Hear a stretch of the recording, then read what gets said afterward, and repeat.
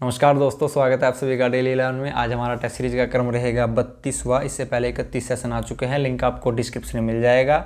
आप चैनल की प्लेलिस्ट में जाकर भी उनको देख सकते हैं। अगर आप आगामी उत्तराखंड की किसी भी परीक्षा में बैठने वाले हैं, जैसे उत्तराखंड पुलिस कांस्टेबल जो अभी 18 दिसंबर में एग्ज़ाम होना है, पटवारी लेखपाल 8 जनवरी, या फिर कहें फॉरेस्ट गार्ड 22 जनवरी, उसके बाद दरोगा, जेलबंदी रक्षक, किसी भी परीक्षा में बैठने वाले हैं तो यह टेस्ट सीरीज आपके लिए ब्रह्मास्त्र सिद्ध होगी।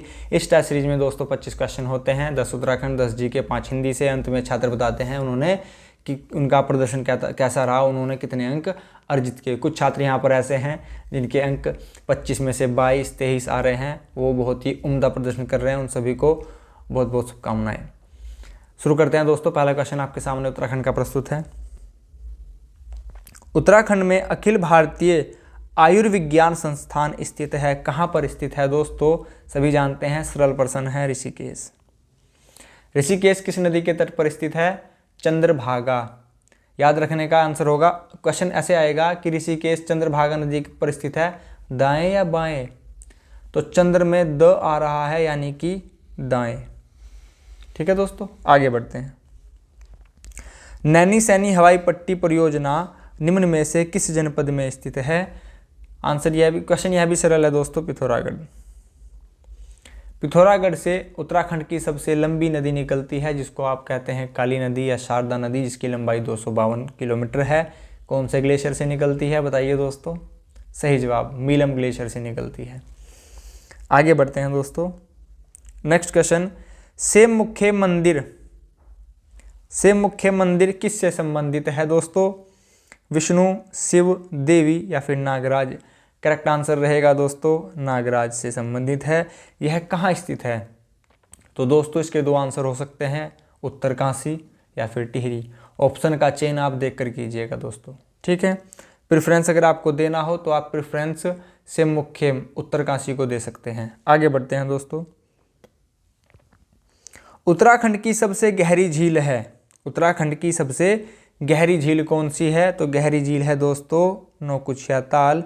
इसमें स्टार्टिंग में ही 9 लिखा गया है, तो यानी कि इसके 9 कोने हैं।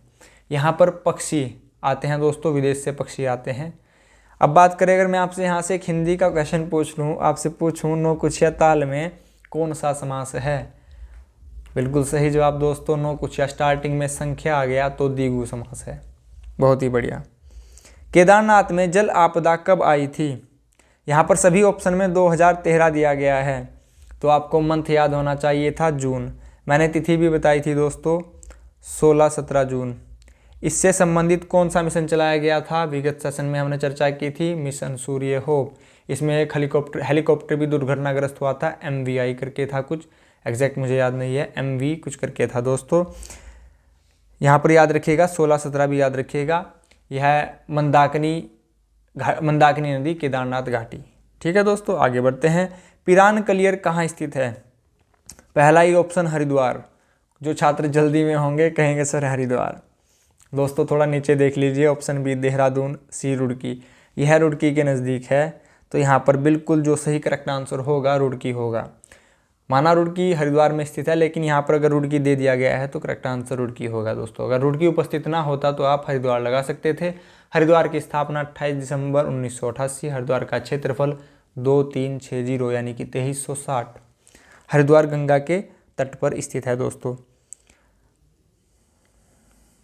इतिहास में बताया जाता है हरिद्वार एक समय दासों का बिक्री केंद्र था, इसको भी याद रखिएगा। उत्तराखंड के कुल क्षेत्रफल का कितना प्रतिशत भाग पर्वतीय है? तो उत्तराखंड में तो पर्वत ही पर्वत हैं दोस्तों। करेक्ट आंसर रहेगा 86%, 86.07। अगर पूरे एग्जैक्ट उसकी बात की जाए आंकड़ों की, तो यहाँ पर बचता है दोस्तों 13% 13 पॉइंट समथिंग प्रतिशत बचेगा मैदानी क्षेत्र। ठीक है, आगे बढ़ते हैं। मैत्री आंदोलन के प्रणेता कौन थे दोस्तों? तो मैत्री आंदोलन के प्रणेता कल्याण सिंह रावत जी। उत्तराखंड राज्य की सबसे बड़ी जल विद्युत परियोजना कौन सी है? आपको मैं हिंट देता हूं, 260.5 उसकी ऊंचाई है। आप समझ गए होंगे, करेक्ट आंसर होगा टिहरी जल विद्युत परियोजना। इसकी जो टिहरी डैम है दोस्तों, ऊंचाई है 260.5। इसके निर्माणकर्ता कौन थे? Professor James Brune. इसको दोस्तों, इसका जो क्षेत्रफल वर्ग किलोमीटर 42 वर्ग किलोमीटर में फैला है, इसको याद रखिएगा। 354 मिली घन स्क्वायर मिली कुछ करके इसकी यूनिट है, जिसको इसका पानी की क्षमता है कितना इसमें आएगा, आंकड़ा याद रखिएगा 354, क्षेत्रफल 42, स्थानीय नाम सुमन सागर। ठीक है दोस्तों, आगे बढ़ते हैं। टिहरी डैम भागीरथी और भिलंगना के संगम पर स्थित है। भागीरथी की लंबाई 205 किलोमीटर। विश्वेश्वर दत्त सकलानी को डैश के नाम से जाना जाता है। विश्वेश्वर दत्त सकलानी यानी कि वृक्ष मानव। ठीक है दोस्तों, आगे बढ़ते हैं। 5 क्वेश्चन हमारे यहाँ पर हिंदी से रहेंगे दोस्तों। उत्तराखंड में आपने कितने अंक अर्जित किए बताइएगा। कुछ छात्र होंगे जिन्होंने अब तक बता भी दिया होगा कि सर 10 में से 9 या फिर 8, 10 में से 10 भी होंगे। संकर शब्द का चयन कीजिए। छायादार। संकर, पहले मैं आपको बता दूं, संकर शब्द का अर्थ होता है किसी 2 स्रोतों से आए कोई 2 शब्द। जैसे यहाँ पर छाया और दार दोनों ही भिन्न भिन्न स्रोतों से आए हैं, छायादार। करेक्ट आंसर यहाँ पर ऑप्शन ए रहेगा दोस्तों। रिक्शा शब्द की अगर बात करें तो यह जापानी शब्द है, इसको भी याद रखिएगा। निम्न में से देशज शब्द का चयन कीजिए। देसी शब्द का चयन करना है दोस्तों। तो देसी शब्द आप सभी जानते हैं, लोटा एक देसी शब्द है, झोला और भोपू उपयुक्त सभी यहाँ पर करेक्ट आंसर होगा। अग्नि का पर्यायवाची शब्द है। अग्नि का पर्यायवाची शब्द बताना है। Option A Anal, Pavak, हुतासन। Correct answer होगा ऑप्शन डी यहाँ पर सही है दोस्तों। अगर यहाँ पर अनल का न पे छोटी ई की मात्रा आ जाती तो यह बन जाता अनिल। फिर यह क्या हो जाता? अनिल होता है दोस्तों हवा का, वायु का, समीर का पर्यायवाची होता है। वे शब्द हैं जो व्यक्ति, प्राणी, वस्तु, स्थान, भाव आदि के नाम में प्रयुक्त होते हैं। दोस्तों ये संज्ञा की परिभाषा है। ठीक है दोस्तों, आगे बढ़ते हैं।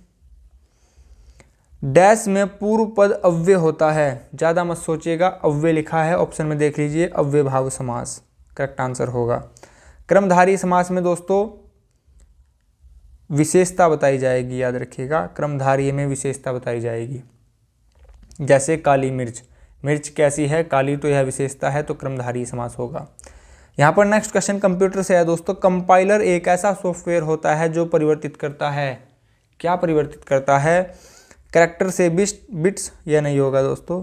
मशीनी भाषा से उच्च स्तरीय भाषा, नहीं दोस्तों, इसका उल्टा होना चाहिए था। करेक्ट आंसर होगा ऑप्शन सी, उच्च स्तरीय भाषा को ही मशीनी भाषा में चेंज करता है। इसका करेक्ट आंसर ऑप्शन सी रहेगा। URL का पूर्ण रूप क्या है? कंप्यूटर की यह एक शब्दावली है। इसका करेक्ट आंसर होता है यूनिफॉर्म रिसोर्स लोकेटर। आप यहाँ पर देख पा रहे हैं यूनिफॉर्म ऑप्शन सी और ए में लिखा गया है, परंतु ऑप्शन सी में आगे लिखा गया है uniform resource locator. Correct answer यहाँ पर ऑप्शन सी हो जाएगा। थर्ड क्वेश्चन भी यहाँ पर कंप्यूटर से है आपके सामने दोस्तों। निम्न में से कौन सा समूह कंप्यूटर के केवल इनपुट डिवाइस से संबंधित है? इनपुट यानी कि कोई इंफॉर्मेशन कंप्यूटर के अंदर डालना। माउस सही है, कीबोर्ड भी सही है, परंतु प्लॉटर दोस्तों एक प्रिंटर होता है, तो ये आउटपुट हो जाएगा, ऑप्शन ए कट जाएगा। Option B mouse, keyboard, scanner यहाँ पर सही है दोस्तों। माउस, कीबोर्ड, स्कैनर तीनों ही इनपुट का कार्य करते हैं। करेक्ट आंसर ऑप्शन बी रहेगा। MS पावर पॉइंट में स्लाइड को प्रारंभ करने के लिए, स्टार्ट करने के लिए, शुरू करने के लिए किसका इस्तेमाल किया जाता है? स्लाइड यानी कि S। तो करेक्ट आंसर होगा S कैसे बनता है? 5 के जैसे, तो F5। फंक्शन की कितनी होती है टोटल? एक क्वेश्चन यह आता है कि जो F की होती हैं F1, F2, F3 तक, F12 तक होती हैं, तो फंक्शन की होती है कीबोर्ड में 12। इसको याद रखिएगा, यह पूछा गया है। 0 और 1 की भाषा कहलाती है। कल हमने इस पर चर्चा की थी दोस्तों, बाइनरी भाषा। ठीक है दोस्तों, आगे बढ़ते हैं। क्योटो प्रोटोकॉल किससे संबंधित है? क्योटो प्रोटोकॉल किससे संबंधित है? तो यह प्रोटोकॉल हुआ था दोस्तों 11 दिसंबर 1997। क्योटो एक जगह है जापान की, जापान में यह हुआ था, इसलिए इसका नाम क्योटो प्रोटोकॉल रख दिया गया है। तिथि इसकी 11 दिसंबर 1997 और यह संबंधित है जलवायु परिवर्तन से। इसका समय बढ़ाकर कर दिया गया था 2020 तक। आगे बढ़ते हैं दोस्तों। अभी हाल ही में जापान का जिक्र आया है, तो अभी हाल ही में जापान के पूर्व राष्ट्रपति की हत्या गोली मारकर एक युवक ने की थी, उसका आंसर आप मुझे बताइएगा, उनका नाम क्या है। डेंगू बुखार किसके द्वारा होता है? तो डेंगू बुखार किसके द्वारा होता है? वायरस के द्वारा। डेंगू बुखार को हड्डी तोड़ बुखार भी कहा जाता है, यह हड्डियों से संबंधित होता है दोस्तों। टाइफाइड बुखार आंतों का बुखार होता है। इन चीज़ों को भी याद रखिएगा, क्वेश्चन इनसे भी पूछे जाते हैं। अर्जुन पुरस्कार किससे संबंधित है? तो अर्जुन पुरस्कार संबंधित है खेल कूद से। क्वेश्चन आएगा द्रोणाचार्य पुरस्कार, तो अर्जुन के द्रोणाचार्य क्या थे? गुरु। तो यहाँ पर अगर अर्जुन खेल खेल रहा है तो गुरु द्रोण क्या होंगे? खेल के प्रशिक्षक, यानी कि जो द्रोणाचार्य पुरस्कार दिया जाता है खेल प्रशिक्षक को दिया जाता है। चीज़ें पसंद आई हो तो लाइक कीजिएगा। स्वतंत्र भारत का एक क्वेश्चन मैं आपसे यहाँ से पुट करता हूँ दोस्तों, उत्तराखंड से ही। द्रोणाचार्य जी का नाम आया, तो द्रोणाचार्य पुरस्कार प्रथम महिला उत्तराखंड को किसे दिया गया था? आप मुझे आंसर बताइएगा। चलो मैं ही बता देता हूँ दोस्तों, हंसा मनराल को दिया गया था। स्वतंत्र भारत का अंतिम गवर्नर जनरल, पर्सन को बड़े ही धैर्य से पढ़िएगा। स्वतंत्र भारत का अंतिम गवर्नर जनरल, तो स्वतंत्र भारत का अंतिम गवर्नर जनरल सी राजगोपालाचारी थे।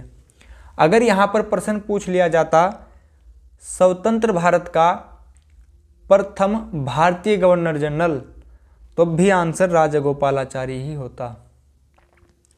क्वेश्चन आता स्वतंत्र भारत का अंतिम भारतीय गवर्नर जनरल, तब भी आंसर राजगोपालाचारी ही होता। क्वेश्चन दूसरा सुनिए, स्वतंत्र भारत का प्रथम British governor general Mountbatten. Again स्वतंत्र भारत का अंतिम अंग्रेज गवर्नर जनरल, तब भी आंसर माउंटबेटन होता। इन चीज़ों को या तो आप वीडियो को रिवाइंड करके देखिएगा, बहुत ही ध्यान से सुनिएगा दोस्तों। आगे देखते हैं दोस्तों, राजेंद्र प्रसाद सभी जानते हैं प्रथम राष्ट्रपति। लॉर्ड कैनिन दोस्तों 1857 का जब यहाँ पर विद्रोह हुआ था, तो लॉर्ड कैनिन उस टाइम यहाँ पर गवर्नर थे या वाइसराय थे। उत्तराखंड में कौन थे 1857 के विद्रोह के समय? रैमजे। क्वेश्चन इस टाइप से आता है तो याद रखिएगा, कन्फ्यूज मत कीजिएगा। और ब्रिटेन में उस टाइम प्रधानमंत्री कौन थे? पामस्टोन। ये सभी तथ्य पूछे जा चुके हैं। और जिस टाइम देश आज़ाद हुआ 1947 में, तो कौन थे? एटली, ठीक है, लिबरल पार्टी से थे। एक ग्राम पंचायत में कम से कम और अधिकतम वार्ड कितने होते हैं? तो कम से कम ग्राम पंचायत में, यहाँ पर आप याद रखिएगा पंचायत यानी कि 5 से 15, कम से कम 5 और अधिकतम 15 होते हैं दोस्तों। हमारी आज की टेस्ट सीरीज में इतना ही दोस्तों। अगर आपको टेस्ट सीरीज लाभदायक लगा हो, आपको कुछ फ़ायदा होगा, कुछ लाभ होगा, तो चैनल को प्लीज़ लाइक कीजिएगा, शेयर कीजिएगा, सब्सक्राइब कीजिएगा। आपने अपना बहुमूल्य समय दिया, इसके लिए आप सभी का बहुत बहुत धन्यवाद दोस्तों। नमस्कार दोस्तों।